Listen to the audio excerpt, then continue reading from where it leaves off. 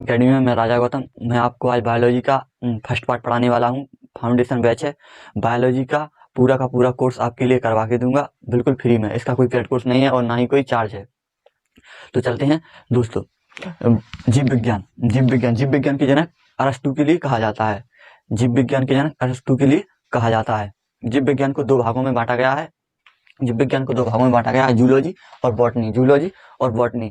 Zoology के जनक भी अरस्तु को कहा जाता है। जूलॉजी के जनक भी अरस्तु को कहा जाता है। पहले सब लोग यही जानते थे कि जीव विज्ञान के जनक अरस्तु को कहा जाता है, लेकिन कुछ समय बाद पता चला कि जूलॉजी के भी जनक अरस्तु को ही कहा जाता है। उसके बाद जूलॉजी और बॉटनी के जनक थ्रियोफैक्टस को कहा जाता है। बॉटनी के जनक थ्रियोफैक्टस को कहा जाता है। जूलॉजी इसके अंदर एनिमल्स यानी जंतुओं का अध्ययन किया जाता है। जूलॉजी इसके अंदर जंतुओं का अध्ययन किया जाता है। बॉटनी इसके अंदर पादपों यानी पेड़ पौधों का अध्ययन किया जाता है। पेड़ पौधे मतलब ऐसी चीजें जिनका अध्ययन किया जाता है जो चल नहीं सकती। जैसे पेड़ पौधे चल नहीं सकते हैं, उन्हें बॉटनी में अध्ययन किया जाता है। और जूलॉजी में उनका अध्ययन किया जाता है जो कहीं पे आ जा सकते हैं, जैसे पादप कोशिका, हाथी, शेर, घोड़ा, कुत्ता, मानव, इन सभी का अध्ययन किया जाता है जूलॉजी में। चलते हैं जूलॉजी का सबसे स्टार्ट करते हैं कोशिका से। कोशिका जो अपनी कोशिका होती है, कोशिका का अध्ययन करते हैं जूलॉजी। कोशिका के अध्ययन को क्या कहते हैं? क्रिस्टोलॉजी। कोशिका के अध्ययन के लिए क्रिस्टोलॉजी कहा जाता है। कोशिका की खोज, कोशिका की सर्वप्रथम खोज रॉबर्ट हुक ने की। लेकिन उन्होंने इसकी मृत कोशिका की खोज की। मृत कोशिका की खोज किसने की? रॉबर्ट हुक ने। लेकिन सर्वप्रथम कोशिका की खोज किसने की? तो रॉबर्ट हुक ने की। यदि जीवित कोशिका की खोज किसने की? ल्यूएन हुक ने की। इनको याद करने की ट्रिक है। मृत कोशिका रॉबर्ट हुक ने की मृत कोशिका की खोज, और ल्यूएन हुक ने की जिंदा कोशिका की खोज। जिंदा मतलब लाइव मतलब ल्यूएन हुक ने किसकी खोज की? लाइव कोशिका यानी जिंदा कोशिका की खोज किसने की? ल्यूएन हुक ने की। स्लाइडन ने कोशिका का क्या दिया? सिद्धांत दिया। स्लाइडन ने क्या दिया? कोशिका का सिद्धांत दिया है। कोशिका का सिद्धांत किसने दिया? स्लाइडन ने। तो इन्होंने क्या बताया कोशिका के बारे में? कोशिका कहीं पे कट जाती है, कोशिका यदि कहीं पे कट जाती है तो उसका पुनर्निर्माण हो जाता है। जैसी की तैसी कोशिका बन जाती है। जैसे नाखून है, नाखून का अगला भाग काट लेते हैं, उसके बाद पुनः निर्माण हो जाता है तो नाखून का नाखून निकल आता है। इसी प्रकार कोशिका का सिद्धांत किसने दिया? स्लाइडन एंड स्वन ने। कोशिका की खोज किसने की? रॉबर्ट हुक ने मृत कोशिका की खोज की। और जीवित कोशिका की खोज किसने की? ल्यूएन हुक ने। कोशिका सबसे छोटी कोशिका और सबसे बड़ी कोशिका, और अगर ओवरऑल देखा जाए तो सबसे छोटी कोशिका माइकोप्लाज्मा के लिए कहा जाता है। इसे कहा जाता है माइकोप्लाज्मा के लिए क्या कहा जाता है? कोशिका कहा जाता है। सबसे छोटी कोशिका माइक्रोप्लाज्मा के लिए कहा जाता है। और सबसे बड़ी कोशिका शुतुरमुर्ग के अंडे के लिए सबसे बड़ी कोशिका कहा जाता है। मानव जाति में यदि मानी जाए तो सबसे छोटी कोशिका और सबसे बड़ी कोशिका और सबसे लंबी कोशिका, सबसे छोटी कोशिका होती है शुक्राणु, जिसे इंग्लिश में स्पर्म कहा जाता है, जो कि मानव यानी पुरुष मेल में पाए जाते हैं। और फीमेल में होती है ओवम, जिसे अंडाणु कहा जाता है हिंदी में। सबसे बड़ी कोशिका किसे कहा जाता है मानव में? ओवम जो फीमेल में पाया जाता है, और इसे अंडाणु कहते हैं हिंदी में। और सबसे लंबी कोशिका होती है ब्रेन में, इसे बोलते हैं तंत्र का तंत्र बोलते हैं। इसे बोलते हैं तंत्र का तंत्र, जो कि कहाँ पाई जाती है? ब्रेन में पाई जाती है। तो कोशिका की खोज रॉबर्ट हुक और जिंदा कोशिका की खोज ल्यूएन हुक। और इसका सिद्धांत किसने दिया? स्लाइडन एवं स्वन ने। आपको कहीं पे याद करने की जरूरत नहीं, मैं आपके लिए यहीं पे याद करवा दूंगा, आपको सिर्फ लेक्चर देखना है। और इसके नोट्स जो है आपके लिए डिस्क्रिप्शन में मिल जाएंगे या टेलीग्राम चैनल पे आपके लिए मिल जाएंगे। छोटी कोशिका किसे कहते हैं? शुक्राणु, जो कि मेल में पाया जाता है। सबसे बड़ी कोशिका मानव में ओवम, जो कि फीमेल में पाया जाता है। और लंबी कोशिका तंत्र में पाई जाती है। जो लंबी कोशिका होती है किसमें पाई जाती है? तंत्र का तंत्र में, जो कि हमारे ब्रेन में होती है। पुनर्निर्माण, कोशिका का पुनर्निर्माण आपको जब मैंने पहले ही बता दिया। पुनर्निर्माण यानी कि अपना स्किन है, यहाँ पर डैमेज हो गया, कहीं से कट गया तो इसका निर्माण हो जाता है, जैसा कहता है सब बन जाता है। लेकिन सबसे अधिक फास्ट कहाँ पे होता है? लीवर्स में सबसे फास्ट किसका निर्माण होता है? कोशिका का निर्माण। लीवर में यदि लीवर कहीं से कट जाए, लीवर में किसी प्रकार से यदि कट मुट जाता है तो उसमें क्या है, पुनः निर्माण हो जाता है। कुछ समय बाद वह स्वयं अपने आप निर्माण कर लेता है और वह पूरी तरह से बन जाता है। और ऐसे कौन सा मानव में ऐसा कौन सा हिस्सा है जिसमें कोशिका का निर्माण नहीं होता? तो क्या है, ब्रेन। ये क्वेश्चन मान लो बहुत इंपॉर्टेंट है। कौन सा ऐसा मानव के अंदर कौन सा हिस्सा है जिसके अंदर कोशिका का निर्माण नहीं होता? ब्रेन। यदि ब्रेन में यदि चोट लग जाए तो वहां पर कोशिका का निर्माण नहीं होता है। ब्रेन में यदि किसी प्रकार से चोट लग जाए, यदि यहाँ से चोट लग जाएगी तो यहाँ पर निर्माण हो जाएगा। यदि इसके अंदर चोट लग जाएगी तो इसमें पुनः निर्माण नहीं होगा। तो ये क्वेश्चन है आपका कि कोशिका का पुनः निर्माण नहीं होता। तो कहाँ नहीं होता? ब्रेन में इसका निर्माण नहीं होता। और यकृत में इसका फास्ट तेजी से इसका निर्माण होता है। यकृत में इसका निर्माण, यकृत को हिंदी में इंग्लिश में कहते हैं लीवर यकृत। इसका पुनः निर्माण सबसे फास्ट यहीं पे होता है।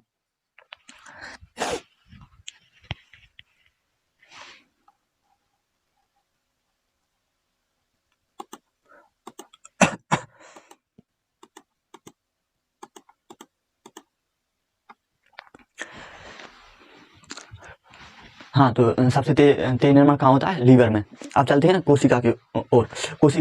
ये कोशिका है, इसके बाहर ये झिल्ली दिखाई दे रही है। यह बहुत ही, मैंने मान लो इतना बड़ा लेकर रखा है, ये बहुत ही छोटी होती है। इसे माइक्रोस्कोप से देखा जाता है। ये बहुत ही छोटी होती है। कहने का मतलब सरसों का बीजा होता है ना, उसी तरह से, उससे भी बहुत छोटी होती है। इसके जो बाहर पाई जाती है इसे क्या बोलते हैं? Cell membrane. जो झिल्ली होती है इसे क्या, झिल्ली को, पतली झिल्ली को क्या बोलते हैं? मेम्ब्रेन। और इस पूरी ही झिल्ली को क्या बोलते हैं? Cell membrane. जो इसके अंदर पाई जाती है इसे क्या बोलते हैं? Cell membrane. इसकी एक बाहर वाली पूरी दीवार को क्या बोलते हैं? Cell membrane. इसके अंदर पाया जाता है माइटोकॉन्ड्रिया का क्या काम है? माइटोकॉन्ड्रिया ऊर्जा का निर्माण करता है। कैसे करता है देखते हैं। माइटोकॉन्ड्रिया आपको पूरा, ये तो बहुत ही छोटा होता है, आपको ये दिखाई दे रहा होगा। माइटोकॉन्ड्रिया ये अंदर से ऐसा होता है।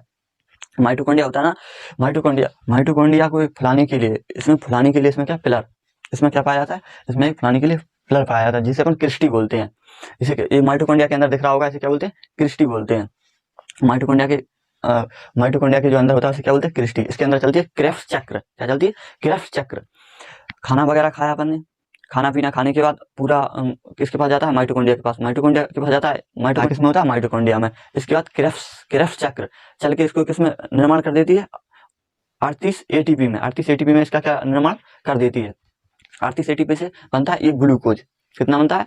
एक ग्लूकोज 4.2 किलो कैलोरी ऊर्जा का निर्माण करता है। एक व्यक्ति में 25 किलो कैलोरी ऊर्जा की जरूरत पड़ती है। यदि आप खजूर खाओगे ना, 4 खजूर आपको दिन भर के लिए पूरे पर्याप्त हो जाते हैं। 25 किलो कैलोरी ऊर्जा की जरूरत पड़ती है। ग्लूकोज में कितने किलो कैलोरी पाई जाती है? 4.2 किलो कैलोरी ऊर्जा पाई जाती है। ऑक्सीजन, एक क्वेश्चन है, यदि माइटोकॉन्ड्रिया में ऐसा पूछा जाता है, माइटोकॉन्ड्रिया के अंदर ऑक्सीजन होता है या अनऑक्सीजन होता है? तो माइटोकॉन्ड्रिया के अंदर क्या होता है? ऑक्सीजन माइटोकॉन्ड्रिया के अंदर होता है। क्रेब्स चक्र या क्रेब्स साइकिल कहाँ चलती है? वो भी माइटोकॉन्ड्रिया के अंदर ही चलती है। इसके बाद आता है गोल्जी बॉडी का क्या काम होता है? माइटोकॉन्ड्रिया तो ऊर्जा बनाएगी, माइटोकॉन्ड्रिया क्या करती है? ऊर्जा बनाएगी। लेकिन इसके लिए गोल्जी बॉडी ले जाने के लिए कोई होना भी तो चाहिए। जैसे लाइट बन रही है तो लाइट को कोई खर्च तो करेगा। तो इसी प्रकार खाना बना है उसे भी तो कोई खाएगा, वरना खराब हो जाएगा। इसी प्रकार माइटोकॉन्ड्रिया ऊर्जा बनाती है, इसे ले जाने का काम कौन करता है? Golgi body. सबसे ज्यादा जरूरत किसे होती है ऊर्जा की? माइंड को सबसे ज्यादा जरूरत होती है, इसे ले जाने का काम कौन करता है? गोल्जी बॉडी क्या करता है? जितनी भी ऊर्जा बनी है सबको उसी अनुसार देता है। ब्रेन को सबसे ज्यादा ऊर्जा की जरूरत होती है, तो सबसे ज्यादा गोल्जी बॉडी ब्रेन के लिए ऊर्जा भेजता है। जैसे मजदूर के लिए ऊर्जा की जरूरत होती है किसमें? हाथ पैरों में मेहनत करने के लिए, तो उसे हाथ पैरों में मेहनत देता है। और जैसे कोई पढ़ाने वाला व्यक्ति हो तो उसी का सबसे ज्यादा बोलने के लिए जरूरत होती है, तो उसे सबसे ज्यादा ऊर्जा कहाँ मिलती है? जीभ में ऊर्जा देगी। यदि यहाँ पे ऊर्जा नहीं आएगी तो बोल कैसे पाएंगे? दिमाग जिसे बोलते हैं ब्रेन। यदि ब्रेन में यदि ऊर्जा नहीं जाएगी तो ब्रेन क्या हो जाता है? बंद हो जाता है। ब्रेन को गुस्सा आ जाता है, और ब्रेन गुस्से आ जाता है तो उससे क्या हो जाता है? आदमी बेहोश हो जाता है। इसलिए टाइम पर खाना खाते रहना चाहिए, जिससे क्या है? ऊर्जा बनेगी तो आपका दिमाग और पूरी बॉडी अच्छी तरीके से चलती रहेगी। कोशिका होती है, कोशिका के अंदर एंडोप्लाज्मा रेटिकुलम। किसी भी चीज के लिए खड़ा करने के लिए, मकान को खड़ा करने के लिए पिलर की जरूरत पड़ती है। 4 दीवार एक पिलर, उसी के अंदर मकान बनता है। ऐसे ही कोशिका है, सेल सेल है, कोशिका है। इसके अंदर भी पिलर की जरूरत पड़ती है। जैसे इस पिलर का नाम होता है एंडोप्लाज्मा रेटिकुलम। एंडोप्लाज्मा रेटिकुलम एंडोप्लाज्मा रेटिकुलम एंडोप्लाज्मा रेटिकुलम यह दो प्रकार का होता है, स्मूथ एंडोप्लाज्मा रेटिकुलम और रफ एंडोप्लाज्मा रेटिकुलम। स्मूथ एंडोप्लाज्मा रेटिकुलम होता है, इसमें क्या पाया जाता है, वसा पाया जाता है। वसा वसा किन किन किन चीजों से मिलता है, जो चिपचिपे पदार्थ होते हैं उनसे अपन को क्या मिलता है, वसा मिलता है। वसा मतलब होता है फैट। जो मोटे लोग होते हैं उनमें फैट ज्यादा पाया जाता है, जो पतले लोग होते हैं उनमें फैट नहीं पाया जाता है। पतले लोगों में फैट की कमी होती है, इसलिए उनमें मतलब वसा नहीं पाया था, और फैट इसी को बोलते हैं। जिनमें फैट होता है, जैसे अपनी हथेली है, इसमें क्या पाया जाता है, फैट पाया जाता है। ये अपन को ठंड से बचाता है। फैट किससे बचाता है, ठंड से बचाता है। हथेली इसमें क्या फैट है, ये अपन को किससे बचाता है, ठंड से बचाता है। रफ रफ रफ होता है, इसमें क्या पाया जाता है, जो रफ वाला भाग है ये खुरदरा क्यों होता है, क्योंकि इसमें राइबोसोम पाया जाता है, जो कि आपको दिखाई दे रहा होगा। क्या राइबोसोम पाया जाता है। राइबोसोम का क्या काम होता है, प्रोटीन निर्माण करना। राइबोसोम प्रोटीन निर्माण करता है। प्रोटीन निर्माण दो तरीके से करता है। कितने तरीके से करता है, प्रोटीन निर्माण दो तरीके से करता है। एक होती है 70S, एक होती है 80S। प्रोटीन निर्माण दो तरीके से करता है। एंडोप्लाज्मा रेटिकुलम दो प्रकार का पाया जाता है, एक स्मूथ और एक रफ। स्मूथ वाले भाग में वसा पाया जाता है, जो कि चिपचिपे पदार्थों में पाया जाता है, इसलिए उसे स्मूथ कहते हैं। और जो रफ वाला भाग है उस कैसा होता है, खुरदरा होता है। कैसा होता है, खुरदरा होता है। उसमें क्या है, राइबोसोम पाया जाता है, इसलिए वह खुरदरा होता है। राइबोसोम यह प्रोटीन का निर्माण करता है, एक 70S और एक 80S। 80S जो लोग दिखते हैं, जो दिखाई देते हैं, वो 80S प्रोटीन का यूज करते हैं, और जो हमें अपनी आंखों से दिखाई नहीं देते हैं, माइक्रोस्कोप से दिखाई देते हैं, वो 70S का निर्माण करते हैं। जैसे कोरोना 70S प्रोटीन का निर्माण यूज करता है, और हम लोग 80S प्रोटीन का यूज करते हैं। इसे बनाता कौन है, राइबोसोम बनाता है। इसे बनाता कौन है, राइबोसोम। प्रोटीन का निर्माण कौन करता है, राइबोसोम।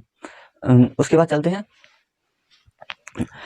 यदि कोशिका अपनी टूट गई तो इसे कोशिका को बनाएगा कौन, सेंट्रोसोम। कोशिका को बनाएगा कौन, सेंट्रोसोम। सेंट्रोसोम के लिए फोटोकॉपी की मशीन भी कहा जाता है। सेंट्रोसोम के लिए फोटोकॉपी की मशीन भी कहा जाता है। हाँ, जो माइटोकॉन्ड्रिया होती है, इसकी खोज अल्टमैन ने की है। माइटोकॉन्ड्रिया की खोज किसने की, अल्टमैन ने। सेंट्रोसोम को फोटोकॉपी की मशीन क्यों कहा जाता है, क्योंकि यह शरीर का जैसा का तैसा भाग बना देता है। सेंट्रोसोम का क्या काम होता है, यह जैसा का तैसा भाग बना देता है। अपने शरीर में जैसे कहीं पे हड्डी फ्रैक्चर हुई है, हड्डी टूटी है, तो हड्डी ही बनाएगा, ये हड्डी ही बनाएगा। हड्डी की जगह नाखून तो नहीं बना देगा। हड्डी है तो हड्डी ही बनाएगा ये, और जितनी टूटी है उतनी ही बनाएगा। यदि ये ज्यादा बना देता है तो इसे क्या बोलते हैं, कैंसर बोलते हैं। जैसे कि यदि मान लो आपके यहाँ पे गला है, यहाँ पे थोड़े से कट गया, यदि जितनी जरूरत है उतना ही बनाएगा तो सेंट्रोसोम राइट है।